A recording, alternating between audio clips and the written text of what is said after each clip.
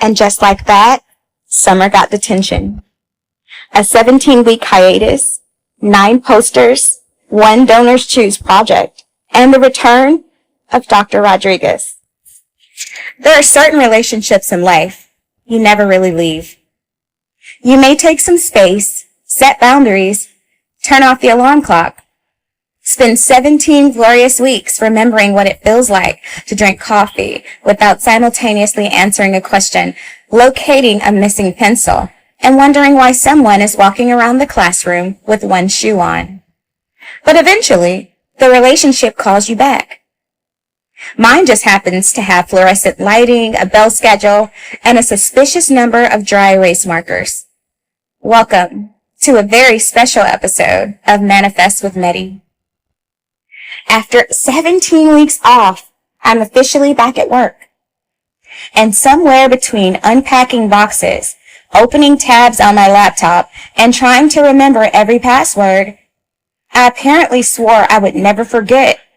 I found myself wondering, do we ever really return to the same place?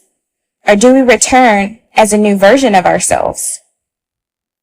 Because this return feels different. The September issue, except it's August. There's something about the beginning of a school year that feels remarkably similar to the September issue of a fashion magazine. Everything is new. New plans, new expectations, new supplies, new possibilities, and of course, a classroom in desperate need of a makeover. The staff originally returned Monday, and I have to say, this week has been productive. Not I answered 3 emails and deserve a nap. Productive. I mean, productive. Students return Wednesday next week, which means right now we are in that magical little window. Educators know it well. The class is clean. The pencils are still sharpened. Nobody has asked to go to the bathroom 4 minutes after returning from lunch. And every beautifully arranged item is exactly where I left it. For now. The Toro Collection, Fall 2026. Some women spend August curating a fall wardrobe. I apparently spent mine curating Toros. 9 of them to be exact. I designed 9 Toro-themed posters to decorate my classroom, plus a classroom banner. At some point, this stopped being classroom decorating and became an entire creative direction. And I'm not mad at it, because a classroom tells students something before the teacher ever opens her mouth. It can say, sit down and be quiet, or it can say, you belong here. It can feel temporary, or it can feel intentional. I want mine to feel like someone thought about the people who would walk through the door before they ever arrived. Warm, motivating, a little stylish, very Toro, and unmistakably mine. Maybe decorating a classroom isn't that different from decorating a life. You choose what gets displayed, you decide what deserves space, and eventually, the things surrounding you start telling a story about what you believe is possible. Of course, every great makeover has a budget, and every teacher just laughed. So this week, I also created a Donors Choose project to help bring some of my classroom vision to life. There's something incredibly vulnerable about creating a wish list for your classroom, because you aren't really asking for stuff. You're imagining moments. The student who finally feels comfortable enough to participate. The kid who needs an organized, welcoming space. More than you may ever know. The lesson that works because the right materials were available. The tiny details that transform 4 walls into a place where somebody might discover they're actually good at something. And maybe that's what teachers are really shopping for. Possibility. And because the universe apparently appreciates good timing, it's tax-free weekend here in Houston, Texas.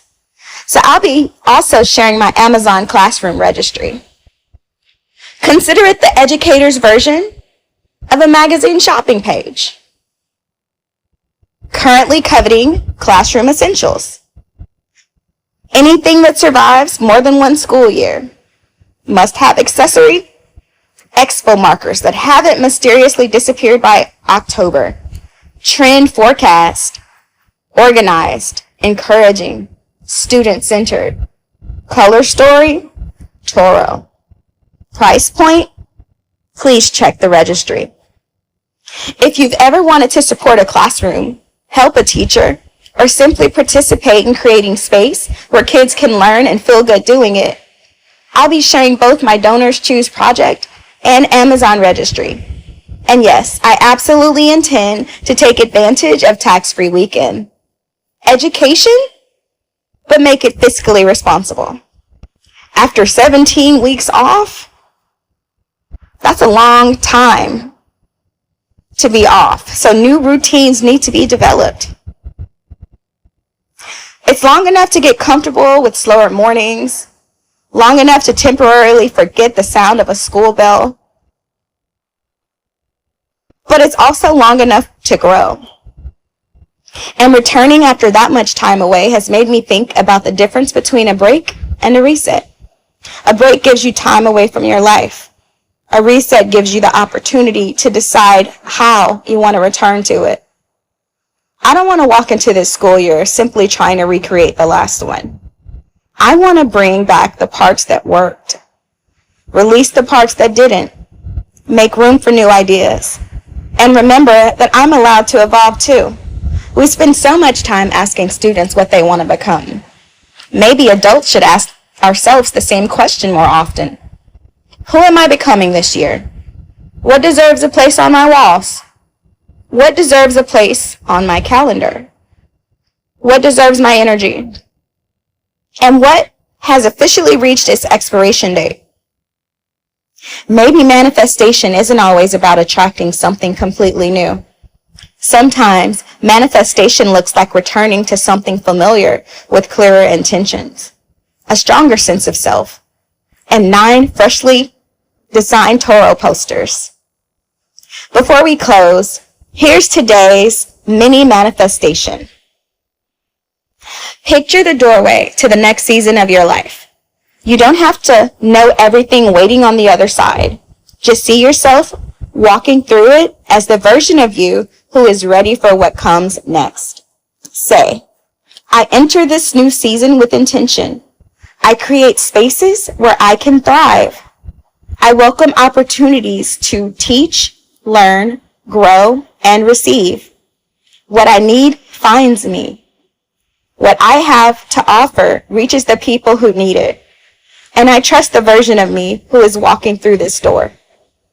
This week, my door happens to lead to a classroom. Next Wednesday, students will walk through it. The posters will be hanging. The banner will be up. The classroom will be ready. And so will I. Maybe that's the funny thing about new beginnings. Sometimes they don't arrive with plane tickets, champagne, or a dramatic change of address. Sometimes they arrive on a Wednesday morning carrying backpacks. And just like that, I'm back to work. Love you.